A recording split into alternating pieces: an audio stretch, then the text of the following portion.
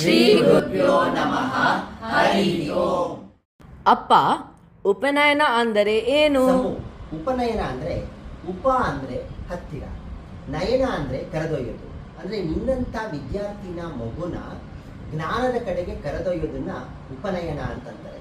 ಇದನ್ನ ನಿನ್ನ ಎರಡನೇ ಹುಟ್ಟು ಅಂತಂತಾರೆ. ಮೊದಲನೇ ಹುಟ್ಟು ತಾಯಿಯ ಗರ್ಭದಿಂದ ಬರೋದು, ಎರಡನೇ ಹುಟ್ಟು ಉಪನಯನದ ಮುಖಾಂತರ ಜ್ಞಾನದಿಂದ ಬರುವಂಥ ಮರುಹುಟ್ಟು. ಇದನ್ನ ಉಪನಯನ ಅಂತಾರೆ. ಅಮ್ಮ, ಉಪನಯನದಲ್ಲಿ ಏನೇನ್ ಮಾಡ್ತಾರೆ?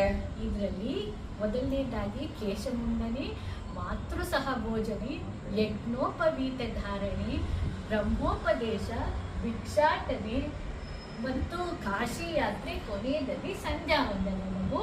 ಅಕ್ಕ, ಚೌಲವನ್ನು ಯಾತಿಕ್ ಮಾಡುತ್ತಾರೆ?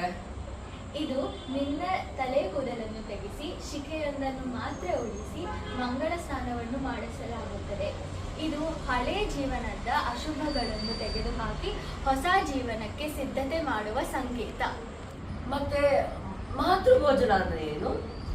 ಮಾತೃಭೋಜನ ಅಂದರೆ ತಾಯಿಯ ಕೈಯಲ್ಲಿ ಉಣ್ಣುವಂತಹ ಕೊನೆಯ ಊಟ. ಸಾಕಿ ಸಲಹಿದ ತಾಯಿಗೆ, ಹೆತ್ತ ತಾಯಿಗೆ ಕೃತಜ್ಞತೆ ಅರ್ಪಿಸುವಂತಹ ಭಾವ.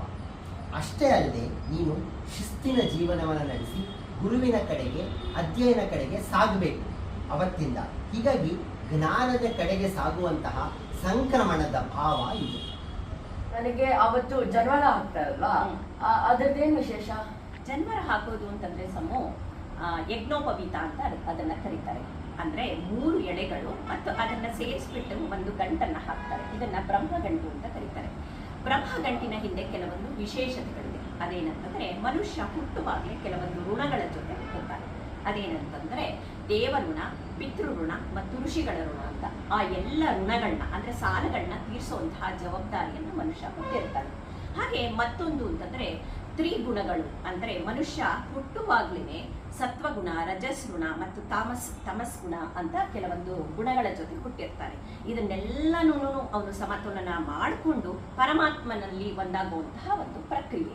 ಹಾಗೆ ತ್ರಿಮೂರ್ತಿಗಳು ಅಂತ ನೀವು ಕೇಳಿರಬಹುದು. ಬ್ರಹ್ಮ, ವಿಷ್ಣು, ಮಹೇಶ್ವರ ಇವರನ್ನೆಲ್ಲ ಸಾಂಕೇತಿಕವಾಗಿ ಇಟ್ಕೊಂಡು ಪರಬ್ರಹ್ಮನಲ್ಲಿ ಒಂದಾಗಬೇಕು ಅಂತ ಅನ್ನೋದನ್ನ ಈ ಬ್ರಹ್ಮಗಂಟು ಈ ಎಲ್ಲ ವಿಶೇಷತೆಗಳನ್ನ ಹೇಳುತ್ತೆ.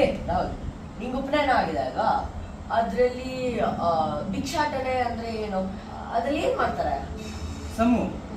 ಬ್ರಹ್ಮಚಾರಿ ಕೈಯಲ್ಲಿ ಜೋಳಿಗೆ ಹಿಡಿದು ಮೊದಲು ತಾಯಿಯ ಬಳಿ, ನಂತರ ನೆರೆದವರ ಬಳಿ ಭವತಿ ಭಿಕ್ಷಾಂದೇಹಿ ಎಂದು ಭಿಕ್ಷೆ ಬೇಡುತ್ತಾನೆ.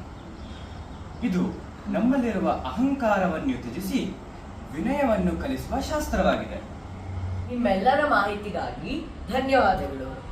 ಎಲ್ಲರೂ ಬನ್ನಿ, ಆಶೀರ್ವದಿಸಿ.